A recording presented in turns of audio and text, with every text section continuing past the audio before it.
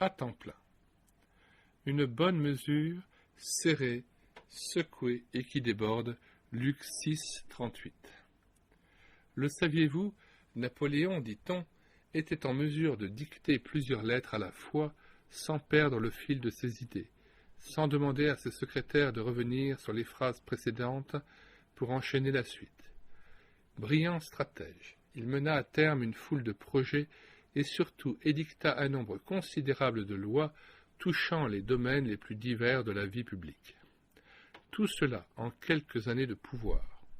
Sans être exceptionnellement doué comme ce chef d'État, il faut convenir que les possibilités d'un homme qui se donne avec passion à sa tâche sont immenses, surtout s'il s'agit d'un croyant réellement consacré au maître de la moisson.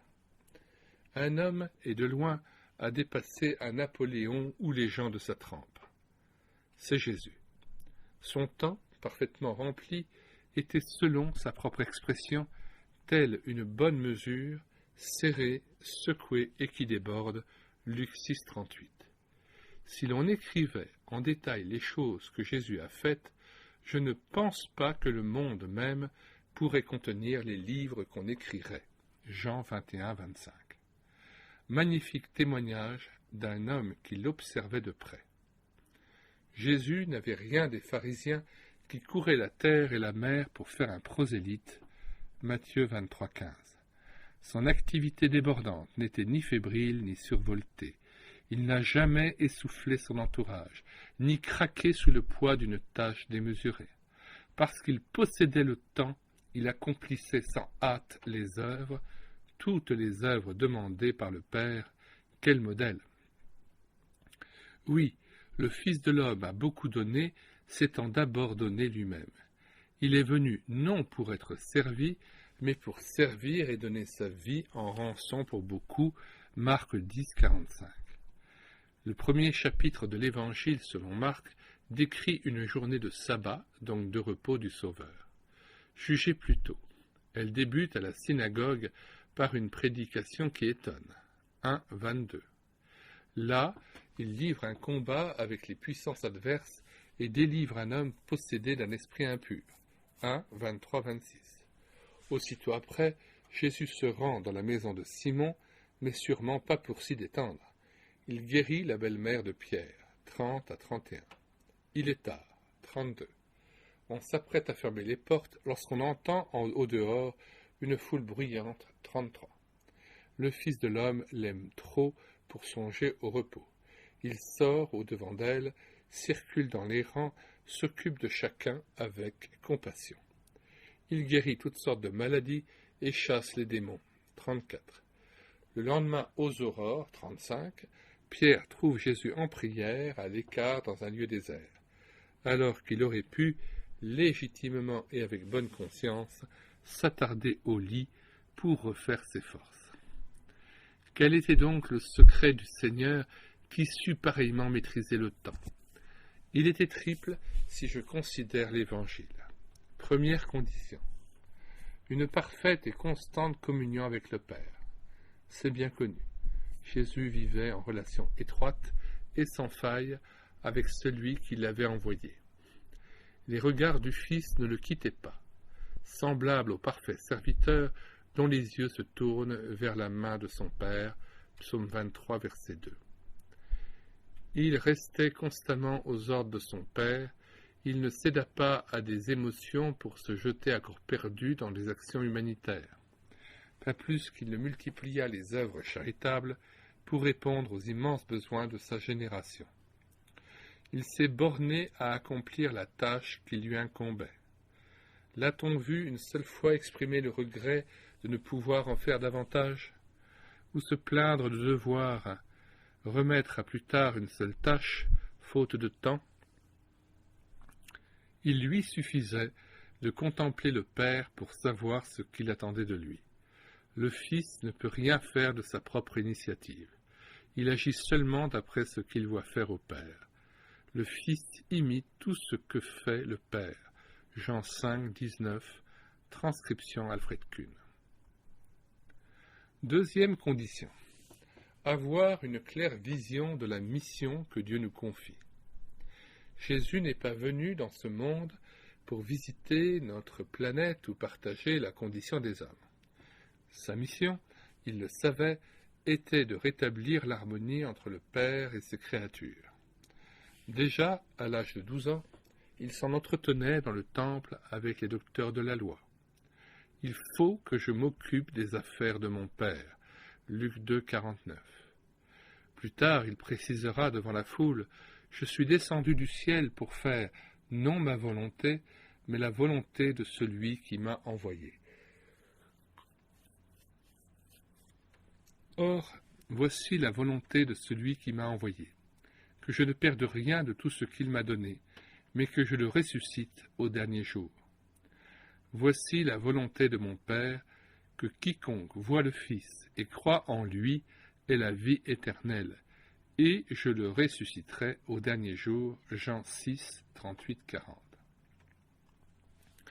Reconnaissons que les gens efficaces possèdent généralement la claire vision de ce qu'ils doivent entreprendre dans leur vie professionnelle ou familiale, tout en accomplissant jour après jour tout ce que notre main trouve à faire avec la force dont nous disposons.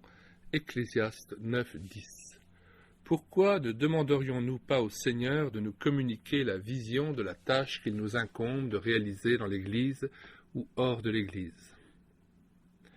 Troisième condition, un réel amour pour le prochain. Animé d'un grand amour pour son Père, le Fils n'en était pas moins saisi d'une immense compassion pour l'humanité rebelle et malheureuse. Une compassion qui ne resta pas sans lendemain, car il ne ménagea pas sa peine et ne recula devant aucun sacrifice pour voler au secours des déshérités de la vie et des multitudes languissantes, perdues et sans berger. Celui qui aime son prochain peut-il rester inactif, stérile, replié sur lui-même?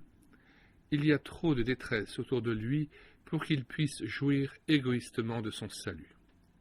Dans le foyer comme au travail ou à l'église, l'amour conduira le chrétien à entreprendre, ou à ne pas entreprendre, les actions les plus diverses, et pourquoi pas les plus inattendues. Qui est revêtu de l'amour, Colossiens 3,14, ne chôme pas. Faites tous vos efforts pour joindre à votre foi la piété, à la piété la fraternité, à la fraternité l'amour. Si ces choses existent en vous et s'y multiplient, elles ne vous laisseront pas sans activité ni sans fruit pour la connaissance de notre Seigneur Jésus-Christ. 2 Pierre 1, 5 à 8. Paul fut un vaillant serviteur chaussé du zèle que donne l'évangile de paix. Éphésiens 6, 15. L'apôtre traitait durement son corps afin de ne pas céder à la mollesse et à l'égoïsme. Il pouvait affirmer en toute humilité: « J'ai travaillé plus que tous les apôtres, non pas moi toutefois, mais la grâce de Dieu qui est avec moi. » 1 Corinthiens 15, 10. Il est instructif de suivre, dans Actes chapitre 20, les travaux de cet ouvrier infatigable.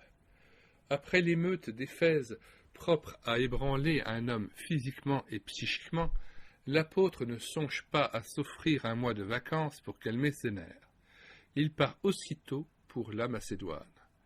Verset 1. Laissant entendre par là qu'il visitera les églises de Bérée, de Philippe et de Thessalonique. Après avoir en ces lieux enseigné et exhorté les frères, il part pour la Grèce, au verset 3, retourne en Macédoine et s'embarque à Philippe pour Troas, où il parle aux chrétiens jusqu'au petit jour. Verset 11. S'accordera-t-il enfin un peu de repos? Pas du tout, puisqu'il repart le lendemain pour Assos. Verset 7. Tandis que ses amis voyagent par bateau, l'apôtre parcourt à pied, en solitaire, les 30 kilomètres qui séparent Troas d'Assos. Il veut être seul pour méditer et chercher la pensée du Seigneur, car de grandes épreuves l'attendent à Jérusalem, verset 13. Enfin, à Milet, où il fait une brève étape, il rencontre pour la dernière fois les anciens d'Éphèse, au verset 17. L'entretien se prolonge et se termine dans les larmes, car la séparation apparaît définitive. Tous, avec de grandes lamentations, se jetaient au cou de Paul et l'embrassaient. Ils étaient surtout affligés de ce qu'ils n'allaient plus revoir son visage. Versets 37 à 38. Quel zèle! Seigneur, pardonne ma mollesse, mes négligences et mon égoïsme. Rends-moi capable d'imiter l'apôtre qui ne faisait aucun cas de sa vie. Que tout mon temps soit employé pour toi, qu'il le soit aussi pour le bien de ceux que je côtoie. Question. Après lecture de ce qui précède, avez-vous l'impression que votre vie est bien remplie à la gloire du Seigneur? Sur quel point avez-vous été repris en parcourant ce chapitre? Êtes-vous sensible à la détresse de ceux que vous rencontrez au travail? Qu'avez-vous fait pratiquement pour soulager leur peine? Avez-vous soif de vivre en étroite communion avec Dieu? Relisez et vivez Jean 7, 37 à 39.